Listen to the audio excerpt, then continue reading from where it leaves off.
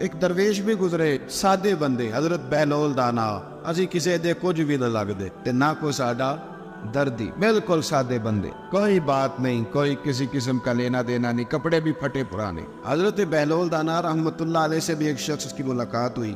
تو بعض بندے ہوتے ہیں نا, انہیں 2-4 پہیلیاں یاد کر لی ہوتی ہیں, 2-3 کہانیاں. وہ کہتے ہیں جی میرا کسی مولوی نے سوال دا جواب نہیں دیتا, مننا گا دیتا ہوں جی کوئی مولوی میرے بھی سوال دا جواب. تو چونکہ آپ کا ارادہ ہی نہیں ہے سوال کا جواب لینے کا, آپ نے پہلے فیصلہ کر لیا ہے کہ میں نے سوال ہی ایسا کرنا ہے جس کا کوئی جواب. ہم لوگ پتہ کیا کرتے ہیں, بے معنی سوال. اس لیے نبی پاک صلی اللہ علیہ وسلم نے فرمایا ہے کہ جس نے دین کا علم اس لیے سیکھا کہ جاہلوں پہ روب جمائے گا یا علماء سے بحث کرے گا, اللہ اسے جنت کی خوشبو بھی عطا نہیں کرے. بحث کرنے کے لیے علم نہ سیکھیں, عمل کرنے کے لیے علم سیکھیں, اور عمل کا رستہ اپنے لیے آسان کرنے کی کوشش کریں, عمل کا رستہ. اسی طرح کا ایک بندہ تھا, وہ کہتا تھا جی میرے سوال کا جواب کبھی نہیں کسی نے دیا. اس کی ملاقات ایک درویش سے ہو گئی, حضرت بہلول دانا سے. فرمانے لگے پوچھو بھائی کیا سوال ہے؟ کہنے لگا بابا میرے 3 سوال ہیں. ایک تو یہ بتائے کہ اگر رب ہے تو وہ نظر کیوں نہیں آتا, اور دوسری میرا سوال یہ ہے کہ اگر جو کراتا ہے شیطان کراتا ہے تو انسان کو سزا کس بات کی, اور تیسری بات یہ کہ آپ کہتے ہیں کہ شیطان جن ہے, آگ سے بنا ہے, تو اسے بھی آگ میں ڈالا جائے گا تو آگ کو کیسے جلائے گی؟ پہلی بات یہ کہ رب ہے تو نظر کیوں نہیں آتا, اور دوسری بات یہ کہ اگر سارا کچھ شیطان کراتا ہے تو پھر انسان کو سزا کس بات کی؟ اور تیسرا سوال میرا یہ ہے کہ اگر شیطان کو آگ میں ڈالا جائے گا تو وہ تو خود آگ سے بنا ہوا ہے, تو آگ کو کیسے جلائے گی؟ تو حضرت بہلول دانا تھوڑا سا سوچنے لگے, تو اس نے بڑی سخت بات کی. کہنے لگا مجھے پتا تھا جواب آپ کو بھی کوئی نہیں آتا. دیکھا نا, پڑ گئے نا سوچ میں. نیچے ایک روڑا پڑا تھا مٹی کا, اینٹ کا نہیں. مٹی بھی کئی دفعہ خشک ہو جائے نا دھوپ میں, کچی مٹی بھی تو روڑا تگڑا بن جاتا ہے. مضبوط روڑا پڑا تھا. حضرت بہلول دانا نے آؤ دیکھا نہ تاؤ دیکھا, روڑا اٹھایا اور زور سے سر میں دے مارا. اب وہ سر میں روڑا لگا, خون بڑا بہہ گیا. جا کے اس نے کوتوالے شہر کو, سمجھنے SHO کو رپورٹ کرا دی کہ بابے نے نا میرا سر پھوڑ دیا ہے. بلا لیا. وہ SHO کہنے لگا بابا تو اس طرح کا ہے نہیں. اس نے کہا جی مار دیا. اب دیکھے وہ کیا ہمارے ہاں پہلے نتیجہ لیا جاتا ہے, اور بڑے جناب اس کے پروگرام ہوتے ہیں, پلاننگ ہوتی ہے, اس کے مطابق پھر پرچہ کٹتا ہے. وہ جی میرا سر پھوڑ دیا ہے. بلا لیا. کہنے لگا یار وہ تو درویش بندے, اگر تو کہتا ہے تو چلو بلا لیتے. آپ آ گئے, تشریف لائے. تو اس نے کہا بابا آپ نے پتھر مار کے اس بندے کے سر کو پھوڑ دیا ہے. تو حضرت بہلول دانا کہنے لگے نہیں میں نے تو نہیں پھوڑا, میں نے تو اس کے 3 سوالوں کا ایک جواب دیا ہے. 3 سوالوں کا ایک جواب. اس نے کہا کیا؟ فرمانے لگے اس سے پوچھ لو. اس نے کہا جی کیا سوال تھے آپ نے؟ اس نے کہا جی پہلا میرا سوال یہ تھا کہ رب ہے تو نظر کیوں نہیں آتا؟ تو آپ فرمانے لگے میں نے تجھے روڑا مارا, درد ہو رہی ہے؟ کہنے لگا ہاں. کہنے لگے دکھا درد. درد ہوندی ہے نا ویسے, میرے میدے میں درد ہے جی. کتے ہے جی میدا؟ میدا نظر درد ہوتی ہے کہ نہیں؟ کہتے ہیں میرے جگر میں تکلیف ہے. جگر نظر آ رہا ہے؟ کہتے میرا دل سوڑا پیندا ہے. کتے جے دل لے آؤ انہوں ٹھنڈی وال وائیے. دل ہے پر نظر. میں تو کہا کرتا ہوں ہمارے جسم میں بہت سارے ایسے حصے ہیں جو اللہ نے بنائے ہیں, ہمارے ساتھ ہے, اور ہم انہیں دیکھ سکتے ہیں. ہماری پشت ہے نا ہمارے ساتھ, ہماری اپنی ہے نا جی. کوئی بندہ لاکتے مارے چاندتے انہیں لڑنے کہ نہیں, کوئی ڈنڈا مارے تو لڑائی ہو جاتی ہے, لیکن کبھی پشت دیکھی بھی ہے. تو حضرت بہلول دانا کہنے لگے کہ اگر درد ہے تو پھر وہ کہنے لگا جی وہ دکھائی تو نہیں نہ جا سکتی پر ہے تو صحیح نا. تو آپ فرمانے لگے رب ہے پر دکھایا تو نہیں نہ جا سکتا. تو قیامت میں نظر آئے گا, اور آئے گا تو انشاءاللہ سارے دیکھیں گے, کھول کے دیکھیں گے اور راج کے دیکھیں گے. اور میرے نبی پاک فرماتے ہیں میں نے اپنا رب دیکھا ہے تو بڑی سونی صورت میں دیکھا ہے, بڑی سونی صورت میں. اور یہی بہتر ہے کہ پردوں میں وہ پردہ پوش رہے, وہ اگر پردے اٹھا دے تو کسے ہوش رہے. اچھا دوسری بات, حضرت بہلول دانا فرمانے لگے تیرا دوسرا سوال کیا تھا؟ کہنے لگا جی میرا دوسرا سوال یہ تھا کہ جو کراتا ہے شیطان کراتا ہے تو پھر انسان کو سزا قیامت میں کیوں ملے گی؟ تو آپ فرمانے لگے جا پھر تجھے روڑا بھی شیطان نے مارا, میرے اوپر پرچہ کیوں کٹا دیا؟ پکڑ جا کے اس کو. ایک دوست سوال پوچھ رہا تھا مجھ سے, کہنے لگا پیر صاحب میں نے طلاق دے دی ہے بیوی کو غصے میں. میں نے کہا طلاق ہو گئی. کہنے لگے میرا ارادہ ہی نہیں تھا, وہ تو غصہ تھا تو نکل گئی. میرا ارادہ میں کہ تو جو ایک بندہ مار چڑھے انہوں قتل ہی کر دے, تو بعد چاکھے میرا ارادہ تو تیرے اتنا کو کہن نال کر دے, میرا خیال ہے تیرے کچھ نہیں کہیں گے, تیرے تے پرچہ بھی